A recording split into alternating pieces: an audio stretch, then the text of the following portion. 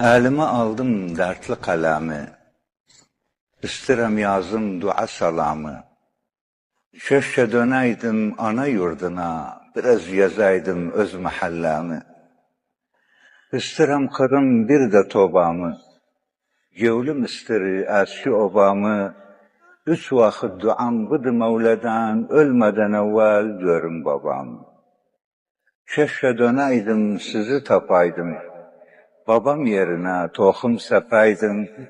Bazı kardeşten gireydim eva, nenemin elinde tohutaydım. Derdim demerem gevlimde kalsın, arif insanlar bu hala dalsın. Mahşere tersin, sağırram Allah zalim adamdan hakkımız alsın. Hayatım bitti ahtan, hey aşıram ah vaktan. Hayatım bitti ahtan, hey aşıram ah vaktan. Ölmek daha güzeldi bu zehir yaşamaktan. Gözümün nuru bitti, hey yollara bakmaktan. Yar ağamı tanımaz, yar ağamı. 50 ildi bitmir yevlimin yar ağamı.